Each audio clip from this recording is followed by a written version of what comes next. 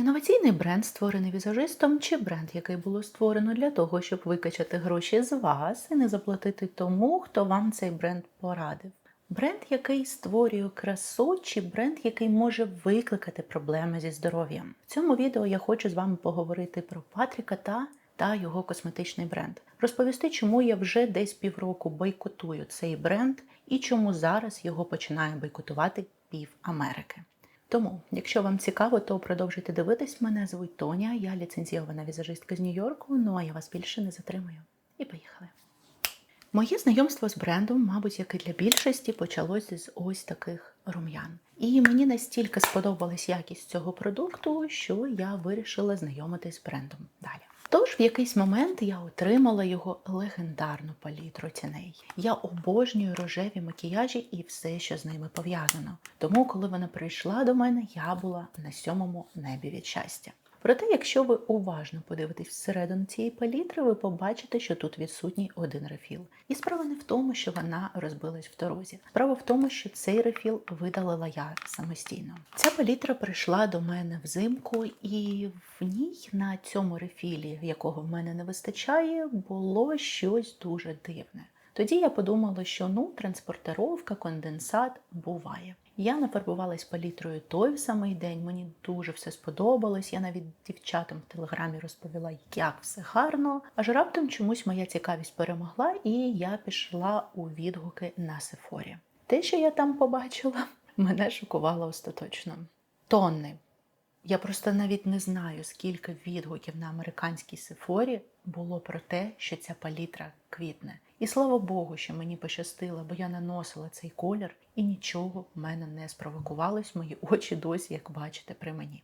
І я почала цікавитись цим питанням, почала відслідковувати партії, хотілося зрозуміти, взагалі це якийсь брак на заводі був, чи це постійна практика. І саме цікаве, що у вас є бач-коди на продукції цього бренду, але немає їх розшифровки. Ви не можете перевірити, наскільки стара чи молода партія, і відслідкувати, чи ця проблема існуюча, досі ви не можете. Проте, якщо відкрити відгуки на Сефорі, які наразі недоступні, тому що бренд нарешті, після я не знаю скількох років, зняв цю ганьбу з виробництва, проте інтернет пам'ятає все, то в цих відгуках можна побачити, що ця тенденція була пов'язана не з однією партією, і до самого кінця випуску цієї палітри ця проблема була. Бренд про неї знав, Sephora про неї знала, і ніхто нічого з цим не робив. Ця інформація тоді мене шокувала настільки, що я вирішила почитати більше про бренд. І в якийсь момент я натрапила на скандал, пов'язаний з тим, що бренд скористувався послугами однієї темношкірої інфлюєнсерки і просто їй не заплатив. Уявіть, ви робите свою роботу, а вам за неї не платять лише через колір вашої шкіри. Проте на цьому зашквари цього бренду не закінчилися. Невдовзі після того, як ця інфлюєнсерка розповіла про те, як з нею поступив бренд, вийшла інша інфлюєнсерка, вже трансгендерна, яка розповіла про те, що Патрік запросив її на якусь вечірку від свого бренду, і, звісно, заохотив частину її аудиторії, заохотив якісь продажі, скоріш за все, з частини її аудиторії. В той час, як сама інфлюєнсерка не отримала жодного центу, однак всі інші люди на цій вечірці отримували оплату. Тобто вони приходили туди, як для промоушену цього бренду, для того, щоб популяризувати цей бренд серед своєї аудиторії. І, звісно, це все оплачуємо. Вони мають за це отримувати гроші. І в нас до расизму ще доєдналась трансофобія. Тут я одразу хочу зробити ремарку. Якщо ви гомофоб, трансофоб, расист і так далі, це відео і цей канал в цілому не для вас. Я, як автор цього каналу, підтримую красу в будь-якому її прояві. Я підтримую усіх людей. Я вважаю, що краса не має ні гендеру, ні кольору, нічого. Якщо вам це не подобається, ми з вами різні і нам просто не по одній дорозі. І тепер давайте повернемось до нашої теми. Проте минуло не так багато часу, як бренд знову вмазався в скандал. На цей раз вони випустили спаркли двушки. І насправді я думаю, що не було б галасу стосовно цього продукту взагалі, якби бренд не поставив ту ціну, яку він поставив. А саме 42 американських долари за 2 спаркли. Ну, щоб ви розуміли, це двійка тіней Tom Ford. Ну, якби... Я думаю, коментувати не треба. І це, звичайно, обурило суспільство. Суспільство казало про те, що це бренд ще не такого рівня, що він зовсім молодий, що Патрік не настільки ще поважна персона, аби була така ціна. Насправді, я спокійно ставлюсь до будь-яких цін. Я вважаю, що бренд сам вирішує, скільки коштує його продукція, а от вже споживач конкретно сам для себе вирішує, чи готовий він заплатити за цю продукцію, чи не готовий він за неї стільки заплатити. Проте для мене тут проблема не в цьому. Я не бачила, щоб про це казали інфлюенсери, і, можливо, я помиляюсь. Якщо я помиляюсь, обов'язково напишіть в коментарях, я закріплю цей коментар. Проте, наскільки я знаю, жодна з продукцій від цього бренду не виготовлюється за теренами Сполучених Штатів Америки. Ви берете будь-який його продукт, і позаду у вас вказано, що це було вироблено в США. І мене тоді обурило, тому що як тільки люди почали казати, що Патрік ставить неадекватні ціни, він розіслав піарку блогерам, скоріш за все, з заготовленим текстом. Тому що всі блогери, як попуги, повторювали, що це інноваційні спаркли, створені в Італії. В чому я дуже сильно сумніваюсь, враховуючи, що вся інша продукція виготовлюється в Штатах. Тобто бренд фактично ще й бреше своїм споживачам, тільки не своїми руками, а руками інфлюенсерів, які на це ведуться, і аби бренд з ними дружив, кажуть те, що він їм сказав. Я не буду це коментувати, я просто залишу це для вас. Просто живіть з цією інформацією і сприймайте так, як ви її сприймаєте. Особисто для мене, як для українки, приблизно в цей самий період був ще один скандал, коли Патрік особисто поїхав на майстер-клас до Казахстану, і там представникам Московії сказав, що він хотів би до них приїхати, але оця дуже незручна ситуація. Наскільки я знаю, Патрік виходить з в'єтнамської родини. Я дуже сильно підозрюю, що його родина емігрувала приблизно в той час, коли була американсько-в'єтнамська війна. Я можу помилятись, це мої припущення, але ви розумієте, до чого я веду. І у мене тоді питання, чому, якщо йому подобається Московія, він не живе в прекрасному комуністичному світі, побудованому у В'єтнамі? Чого його родина живе в жахливому капіталістичному світі?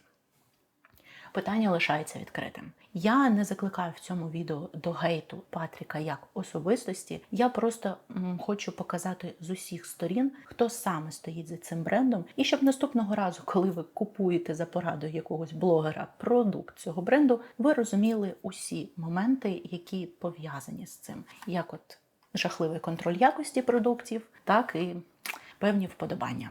Проте навіть всього цього було недостатньо, щоб цей бренд закенселили. І в цілому на американському YouTube я бачила там не так багато, 2-3, можливо, ролики, які говорили про те, що це не ок. Більшість інфлюенсерів чомусь все ще продовжували мовчати і особливо не коментували все, що стосується цього бренду, мабуть, боялися втратити піарку. Аж доки не сталося те, що сталося нещодавно. А саме бренд не оголосив про запуск нових своїх рум'ян. На цей раз це мали бути не такі рум'яна, як до цього, а схожі на такі, проте набагато менш пігментовані, які б допомогли вам зробити градієнт, які допомогли б вам красиво втушувати цей продукт у шкіру. Я думаю, що для слов'янок це зараз звучить трохи дивно, тому що, в чому проблема втушувати рум'яна, і я з вами погоджуся. Проте в Америці зараз на це дуже великий тренд, саме через те, що Америка багатонаціональна країна. І дуже багато років чомусь нав'язувався стандарт, що кольорові люди не можуть носити рум'яна.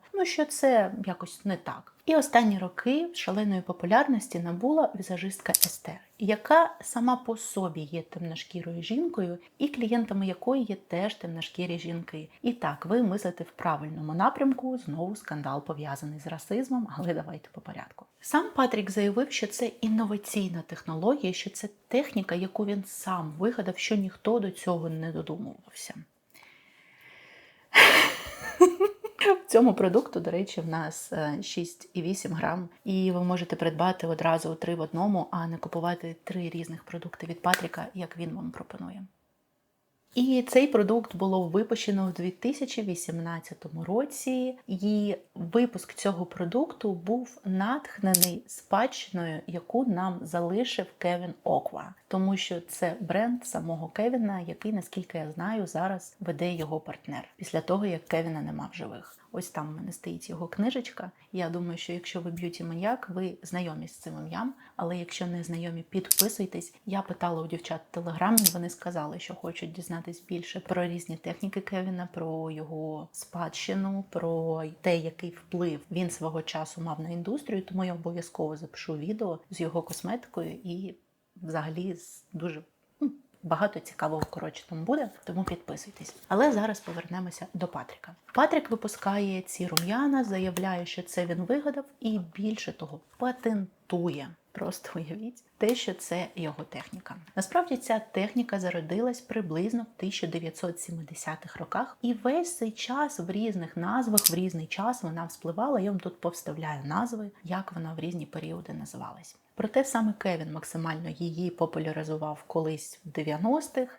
і на сьогоднішній день саме Естер, яку я згадувала раніше, популяризувала її в Тіктоці. Наскільки мені вдалося прогортати її стрічку, то Естер в цій техніці працює ще з 2023 року. І вона цю техніку ввела не просто як, ось подивіться, градієнт на щічках. Вона ввела цю техніку саме для кольорових людей. Вона ввела цю техніку саме для таких жінок, як вона, для того, щоб кожна, хто хоче мати красивий рум'янець, мала змогу це робити. І це особливо обурливо на фоні того, що є певний культурний контекст, який дуже складно зазвичай зрозуміти людям, які не жили в Штатах, тому що тема расизму тут не помирала ніколи, повірте мені. Расизм тут шалений просто насправді, і ви навіть не уявляєте наскільки. Просто фан-факт вам, що свого часу італійців вважали кольоровими ірландців. От просто живіть з цим.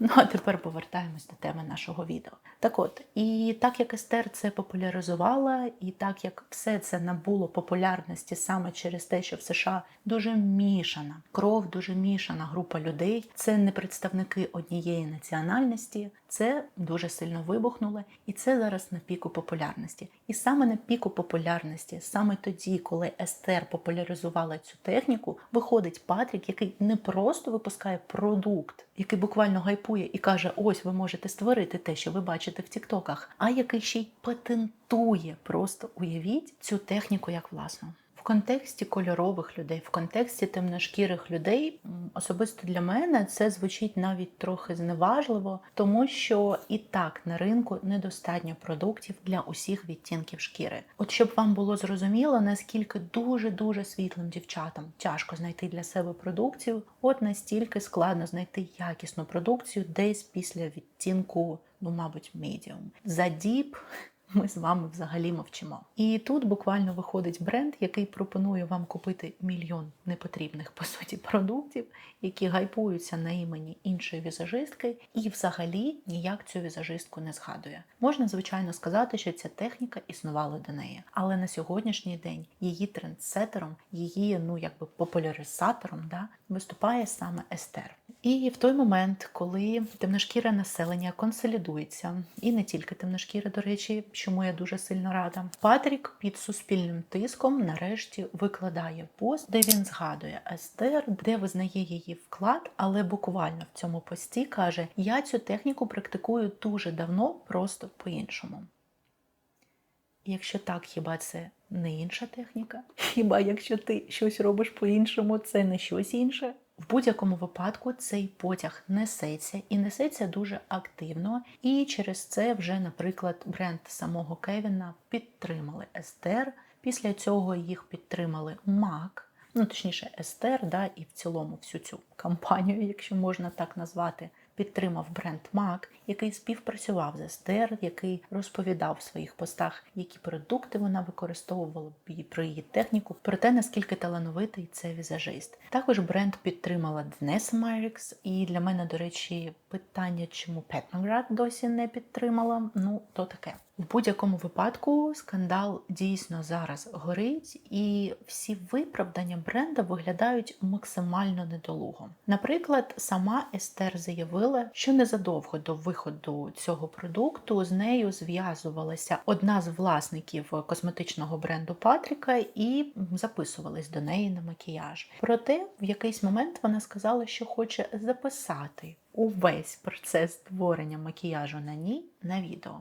На що Естер відмовила і скасувала потім запис, тому що це виходить вже не просто послуга макіяжу, це буквально навчання, і я з нею згодна. Хочеш отримати якісь мої техніки, якісь мої знання, як я що роблю? Плати. Це логічно, труд має сплачуватись. Сам бренд зараз заперечує, каже про те, що вони на дуже красивій ноті розійшли, що ніякого скандалу не було, що запис просто скасувався. І насправді, знаючи американців, я не здивована, що все це так зам'ялося, а потім викотилося в інтернет, тому що це цілком по-американськи, знаєте, попосміхатися, а потім піти і у відповідні структури повідомити, що щось було не так.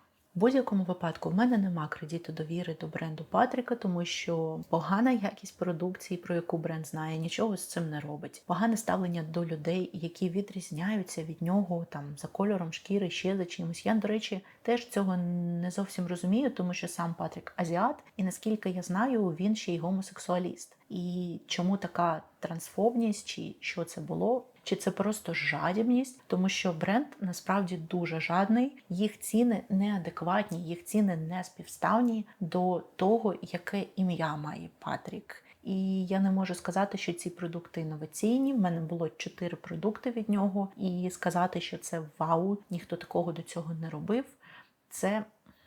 І наостанок мені хотілося б додати, що мені здається, що бренд з самого свого початку крав все, що він міг вкрасти. Якщо, наприклад, той самий Маріо десь надихався тим самим Кевіном і постійно про це згадував в інтерв'ю, це було б приблизно, знаєте, коли Маріо вибухнув з контурінгом і сказав «я вигадав контурінг». Хоча сам Маріо надихався Кевіном. От якби він сказав «я вигадав контурінг, я його запатентую», оце було б приблизно такого самого рівня зашквар, як те, що зробив Патрік. І якщо вже ти надихаєшся Естер, якщо вже ти надихаєшся Кевіном, якщо ти надихаєшся іншими візажистами, чому просто не вийти прямо і не сказати «Вау, я бачу, наскільки круто це зараз віруситься, я хочу, щоб ви теж могли зробити собі такий макіяж, ось вам продукти». Це чесно, це справедливо, і, звісно, адекватна ціна.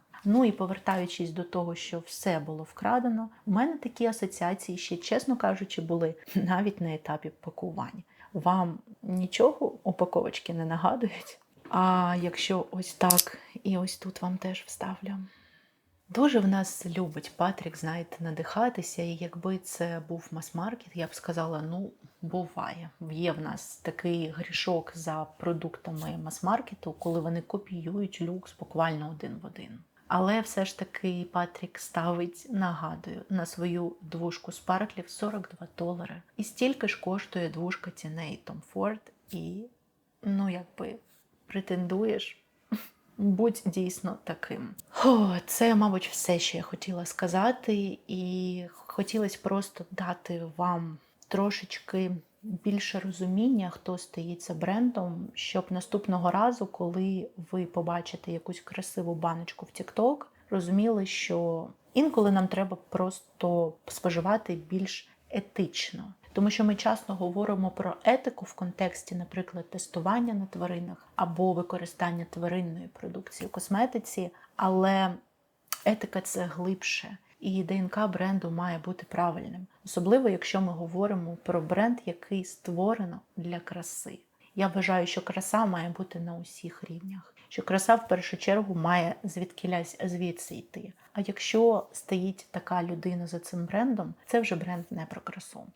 І, власне, це все, що я хотіла вам на сьогодні сказати. Взагалі, це така, знаєте, трошечки проба пера. У мене вже колись виходили розмірковування на тему того, куди рухається бренд Петмаград. Потім в мене виходило розмірковування стосовно Фореда, і писали і там, що вам прям цікаво, вам прям подобається, і взагалі б ви хотіли від мене б'юті-новини. Ось такі вам б'юті-новини. Обов'язково дайте знати, як вам такий формат.